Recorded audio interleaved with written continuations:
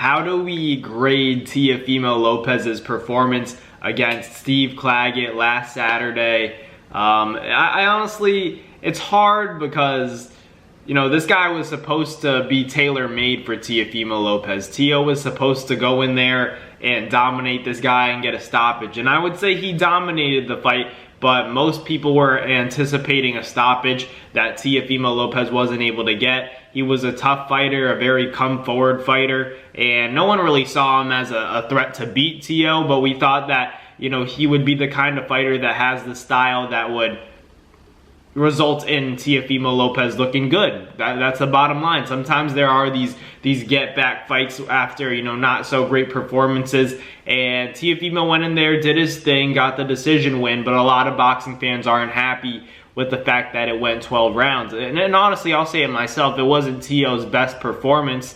I would say that, you know, he obviously got the job done, but it wasn't the way that, you know, we were hoping for. We were hoping to see, and I've said this in my last videos, that we need to see linear growth from Teofimo Lopez. We have to see it like the same way we see Tank, and I've been saying a lot of it has to do with the matchmaking, but Teo has to look better and better each fight the same way that Tank is looking better and better. And that's just the way the sport goes. If not, you know, people get a little bit skeptical about who you can really beat and how good you really are. But I know Teofimo's got the goods. It's more so I get a little bit concerned about, you know, you fought guys like Jermaine Ortiz, you fought guys like Sandor Martin, not looked your best, but then we kind of gave you a little bailout by saying, all right, you're a counterpuncher though, so you're not supposed to look good against guys that are counterpunchers themselves, that are a little bit more defensive and slippery and maybe don't want to engage with you. We gave that to you, but then we gave you a style that, you know, was supposed to be tailor-made for you, and you're not able to get the stoppage win. And honestly, I understand it's difficult, but let's also be real. Teo should have been able to get that guy out of there. It just wasn't an easy task. You know, Steve Claggett was there to compete. He wanted to beat Teo, was continuously smothering him, keeping that high tempo, that high, you know, that high pace, high volume in Teo's face the whole time. And it was difficult because Teo had to, you know, be able to punch on the back foot only, not being able to really set his feet, not getting the opportunity to punch, you know, while he was planted. He had to punch going backwards, which isn't easy to do, and it's hard to get a lot of power on those shots unless you naturally have, you know, maybe like that Ryan Garcia left hook where he could be on the back foot and still land it going backwards. But Teo really didn't have anything. He had a little bit of a, you know, using that momentum from that shoulder roll that he does to kind of land those uppercuts and land those right hands, but nothing really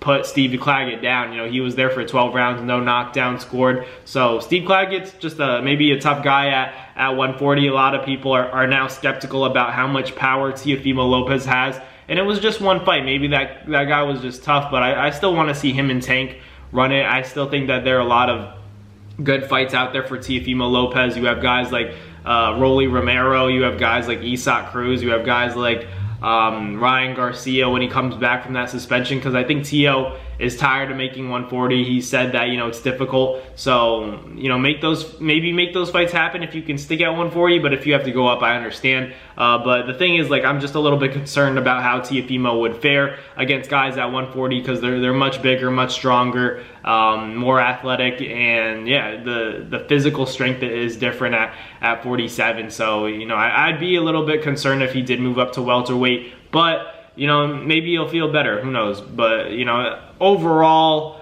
not the performance that I needed from Teofimo Lopez, but still got the job done. A win's a win, and he had an opponent that was slept on. It's not an easy style to look good against, but it's still not the outcome that we wanted from Teofimo Lopez, because I think all of us real boxing fans are in the back of our minds trying to build up that Tank fight, and this performance from Teofimo Lopez just wasn't very indicative of the, you know, the fact that, or possibility of him beating Tank.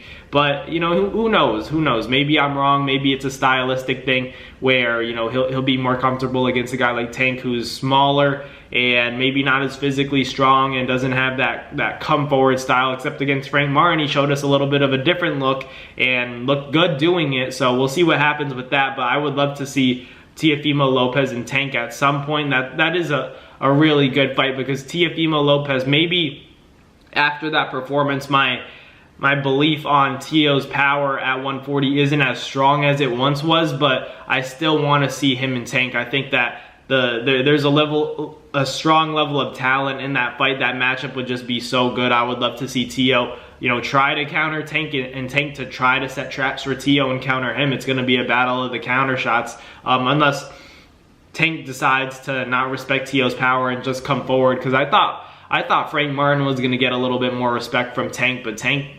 I don't know what it is. Maybe it's just that high guard, but Tank has a good chin. He gets hit with shots. Let's not beat around the bush and say that he's the best defensive fighter out there. No, he's willing to take a shot to get a shot off, but he doesn't really get rocked by anything. He gets hit clean too, but you don't really see any buckling of the legs, no wobbling from Tank. He has a good chin, so that's something kind of scary as well, because you think about guys like Teofimo Lopez, you think about guys like Ryan Garcia. Can these guys even hurt Tank?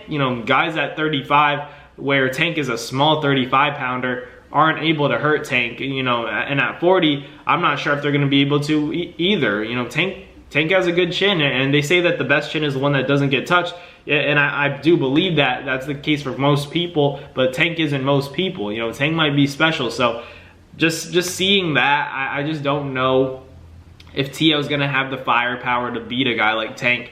And I know it's at 140, so obviously that power is going to be more effective against a guy like Tank, and you'd think that, but I just think that Tank might, that changed my perspective a little bit, because I was always thinking that, it was all about the matchups, all about Teofimo Lopez fighting a guy that's willing to come forward and exchange with him, and if that was the kind of fighter that was in front of him, he would be able to deal with him pretty easily and get a stoppage win. And maybe, I'm thinking that Teofimo just got a really extreme version. He gets extreme versions of fighters, and what I mean by that is he fought guys like Jermaine Ortiz, guys like Sandor Martin that are very on the back foot, move a lot, and aren't willing to engage, counter punchers by nature. And then he goes from that and then fighting to a polar opposite in Steve Claggett, and is a come forward fighter. He's trying to smother Teofimo Lopez. So it's just, he got the both extreme evils that are difficult. I think he was looking for a more traditional style where a guy is standing in front of you but not that close. And I'm not,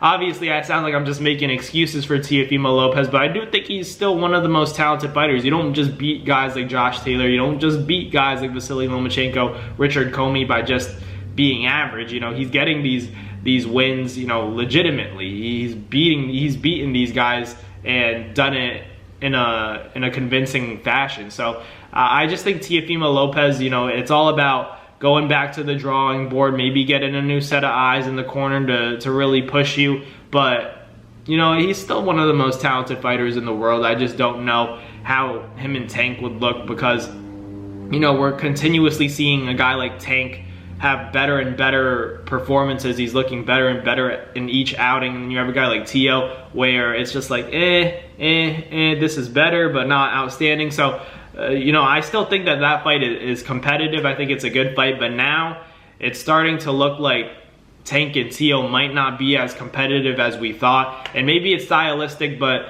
Tank has continuously gotten these guys out of there, and with the exception of Isak Cruz, and Teo even talked about it, the fact that these high pressure fighters that are in your face and won't leave you for 12 rounds are difficult to look good against, and the only guy that has ever done that to Tank has gone 12 rounds with him. So Teo is saying that maybe Steve Claggett doesn't have the name that Isak Cruz has, but he's the same kind of fighter and gave Tank trouble, and Teo was able to pitch a shutout. He didn't have a shutout, but still, unanimous decision, but still, had a very convincing win, regardless of not getting the stoppage that we were all expecting. You can't always expect a stoppage. Maybe sometimes these guys are just too tough for their own good, and they're able to, withstand all that punishment, all the punches that they take. But Teo, he naturally gets swollen up after every fight, so it's nothing new. He never really looks clean in the face. I think he just has that that face that swells easily. He didn't really get hit with too many shots, but maybe it's a lot of those just getting touched, but not really anything clean and effective. But let me know in the comments what you guys thought about Teofimo Lopez's performance against Steve Claggett. I thought I'd give it like a C+, B-, but definitely not his best work when you look at his wins against guys like Josh Taylor, Vasily Lomachenko. I just don't think it was his best night. So let me know in the comments what you guys think. But thank you guys for watching. Like, comment, and subscribe, and I'll catch you guys on the next video. Peace. That's going to do it for another NASFight Media video, guys. Thank you guys so much for watching. It's been your boy, Matt Nabong, with another video. Hope you guys enjoyed it all. Thank you guys for the constant support. Salute to y'all always. It's been your boy.